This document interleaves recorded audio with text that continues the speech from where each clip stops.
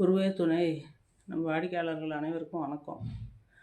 நம்ம இன்றைக்கி எதை பற்றி பார்க்க போகிறோம்னா, புரட்டாசி மாத பலன் பார்க்க போகிறோம். புரட்டாசி மாதம் மகர ராசிக்கு பார்க்க போகிறோம்.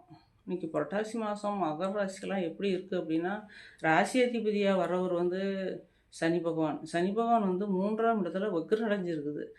அந்த ராசி அதிபதி வக்ரம் அடைகிறது கொஞ்சம் உங்களுக்கு ராசி அதிபதி வலுப்பெற்றால் தான் நம்மளால் எதையும் செயல்படுத்த முடியும் அப்படிங்கிற மாதிரி இருக்கும்.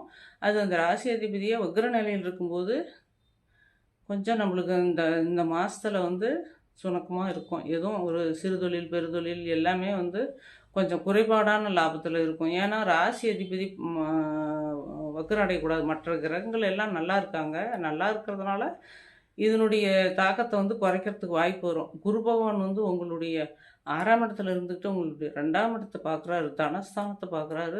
2ஆம் இடத்துல ராகு பகவான் இருக்கார்.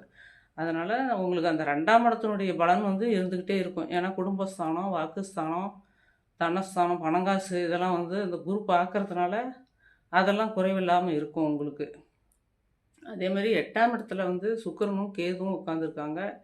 8ஆம் இடம் அப்படிங்கிறது நம்மளுடைய ஆயுள் ஸ்தானம். அதில் உட்காந்துருக்கிறதுனால ஒன்றும் பிரச்சனைகள் இல்லை. ஏன்னா சுபகிரகத்தின் தொடர்போடு தான் கேது உட்காந்துருக்காரு. சுக்கிரன் சுபகிரகம் அதோடு உட்காந்துருக்கிறதுனால அதனால் உங்களுக்கு எந்த பாதிப்பும் இல்லை. 9ஆம் இடத்துல புதன் 9லேயே ஆட்சியாக இருக்கிறாரு. அதுவும் உங்களுக்கு நல்லாயிருக்கும். ஏன்னா புதன் ஆட்சி உச்சம் அந்த வீடு 9வது வீடு. அதில் புதன் இருக்கிறது உங்களுக்கு நல்ல யோக பலனையே கொடுக்கும். பாகிஸ்தானம் 9ஆம் இடங்கிறது அது உங்களுக்கு யோக பலனையே கொடுக்கும். அடுத்தது 10ஆம் இடத்துல சூரியனும் செவ்வாயும் உட்காந்துருக்காங்க.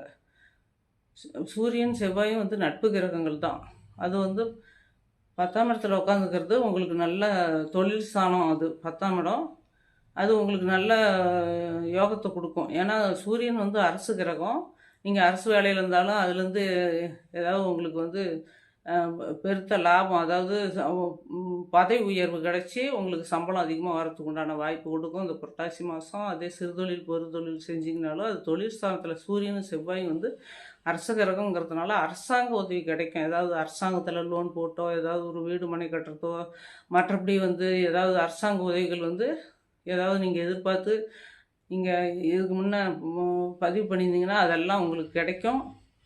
10ஆம் இடத்துல சூரியனும் செவ்வாயும் இருக்கிறது உங்களுக்கு நல்ல பெனிஃபிட்டு தான். மகர ராசிக்காரர்களாம் ஒன்றும் குறைபாடு இல்லாத வாழ்க்கை தான். கொஞ்சம் அந்த சனி பகவான் வக்ர நிலையில் இருக்கிறது மட்டும் உங்கள் உடல்நலத்தை கொஞ்சம் நீங்கள் பார்த்துக்கணும். ஹாஸ்பிட்டல் செலவு பண்ணுற மாதிரி இருக்கும். வாழ்த்துக்கள். உங்கள் வீடியோ பிடிச்சிருந்தா சப்ஸ்கிரைப் பண்ணுங்கள், லைக்